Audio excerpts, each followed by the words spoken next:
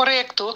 Tem na reunião com o Partido Humano a Yama, riba e dispensação com o Ministro de Finanças, senhor Silvânia, a Duna, riba no Facebook, estava tem alguma sentença de corte com a Marena e dispensação, que me entur deve para o 2017, em todo caso, bom de 1 milhão, tura que era dispensar.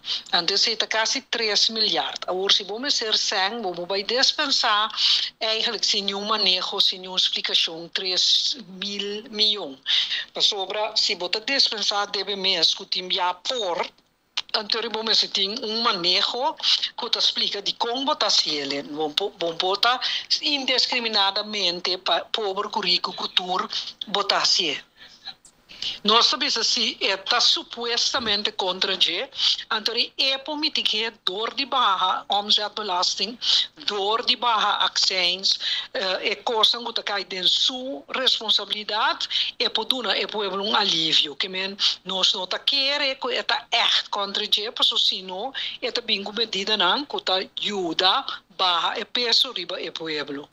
Sim, me quero que está bom para nós como povo está consciente que ora preço de gasolina sube, se é o motivo interno ou o motivo externo, é subir sobrar de preço no país, que também do supermercado, por exemplo. Anteriormente, o governo tem instrumento de imposto que pode barra ou de acções que pode barra, porque o governo não tem nada de gana extra sem para o preço internacional a subir ou para o preço local a subir.